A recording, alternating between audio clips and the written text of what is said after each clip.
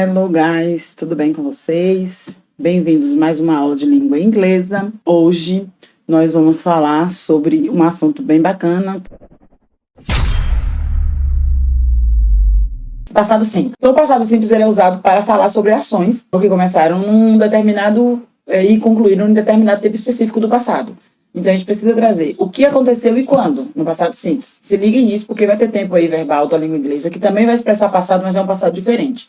Então, pensem, passado simples, quando algo aconteceu em um determinado tempo, foi concluído e a gente sabe dizer quando foi. Porém, algumas vezes, pode não mencionar quando aconteceu, mas a gente sabe quando que isso ocorreu. Então, não precisa ficar toda hora repetindo. Você foi à feira ontem. Eu fui à feira ontem. Eu peguei não sei o que lá da feira ontem. Então, já sabe que foi ontem. Dentro daquele contexto, bastou dizer uma vez só. E aí você continuou falando do passado, mas não precisa toda hora trazer que foi ontem, porque não precisa, fica até estranho.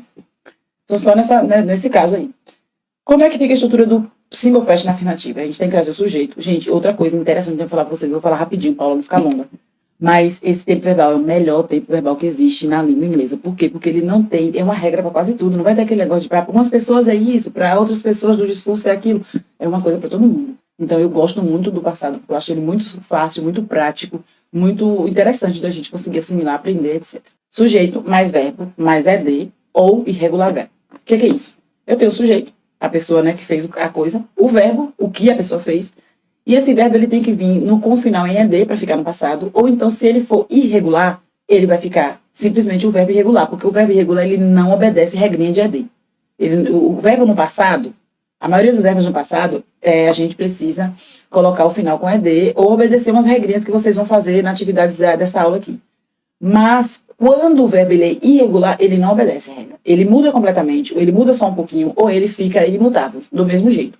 Mas ele não precisa dessa terminação em ed. Então, quando o verbo for regular, eu utilizo com a regra do ed. Quando ele for irregular, aí eu observo. Como é que eu vou saber? Vocês vão ver daqui a pouco, eu vou explicar. Então, eu tenho aí, I went to the doctor's yesterday. Eu fui ao doutor ontem.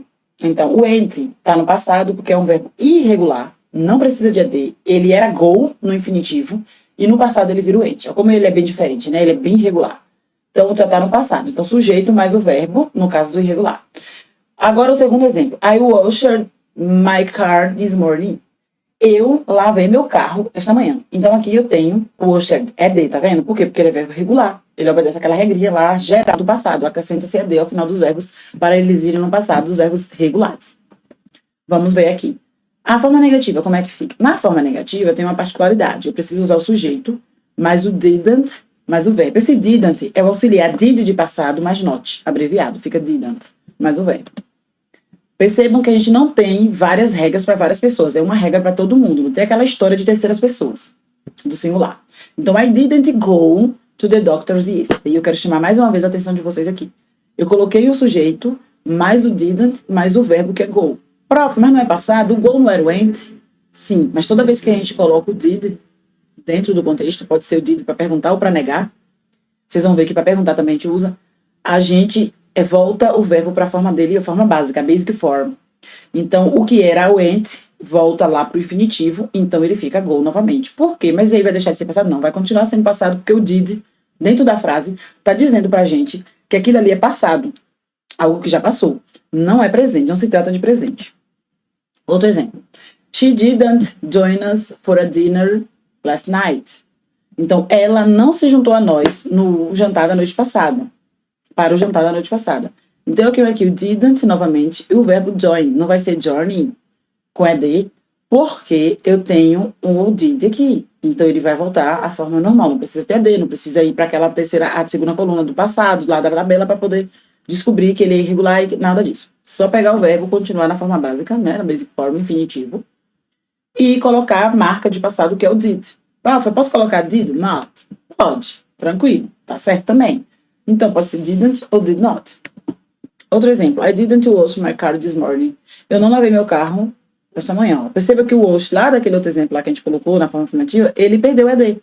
Porque eu tenho didn't. Ok? Verbo, sujeito, didn't, mais verbo. They didn't go to the movies last weekend.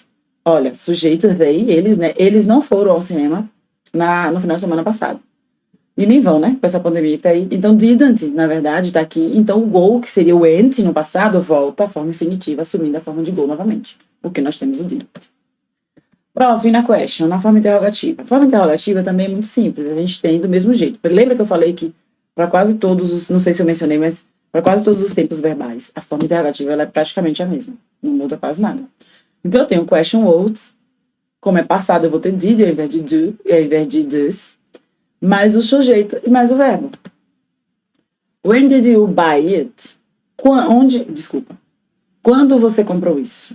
When é a nossa question word, né? Que são aquelas palavrinhas com WH, double weight, para perguntas. Então, quando você comprou isso? Nós temos o did, o sujeito, e depois o verbo. O verbo no infinitivo, na forma básica, porque não precisa assumir a forma de passado.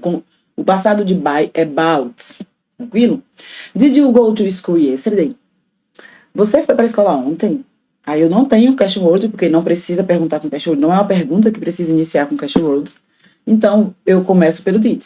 Did e you, depois o verbo go. Go por quê? Porque está no infinitivo pela presença do did. To school yesterday. Tranquilo? Eu gostaria de trazer para você o seguinte. Explicação sobre o verbo irregular. O verbo irregular, ele não vai assumir a forma de passado normal como todos os verbos regulares. Os verbos regulares, eles têm umas regras lá. A regra principal é o quê? Acrescenta-se ed ao final dos verbos regulares para que eles fiquem no passado simples. Passado simples, acrescenta-se ed. Porém, os verbos irregulares, eles não obedecem a essa regra. Nós temos uma tabela em língua inglesa com todos os verbos irregulares, em que aparece lá a forma básica, tá aqui, ó, a primeira coluna, basic form, o simple past, como ele fica no passado, como cada um desses verbos no passado, aí tem um past possible, que é como ele fica no participo passado, e o translation, que é a tradução. Então, assim, o que é que vocês têm que se ligar? Vocês têm que ir até a tabela para poder saber como é que o verbo fica. Eu tenho lá um contexto que eu quero colocar aquele contexto no passado, mas eu não sei como é que o verbo principal vai ficar nesse passado. Então, você vai lá na tabela e observa, o meu verbo era choose, então ele vai ficar chose no passado.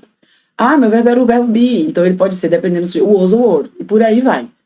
Porém, tem outra super dica para vocês. Tem uma dica de aplicativo. Esse aplicativo, o Irregular Verb, que é o nome desse aplicativo, ele tem essas questões, essa tabela dos verbos irregulares, ele traz lá essa questão de como é que ficam todos os verbos irregulares no passado. Os irregulares, porque o regular, vocês vão aprender que é colocando o ed no final. Então, assim, essa é a dica. A tabela, vocês têm acesso pela internet, têm acesso no livro de vocês. Proposta de atividade, o que vocês irão fazer? Vocês vão receber um formulário que eu vou passar para vocês. E vocês, nesse formulário, vocês vão responder o seguinte, vocês vão colocar lá quais são as regras do passado simples, do simple past para os verbos regulares.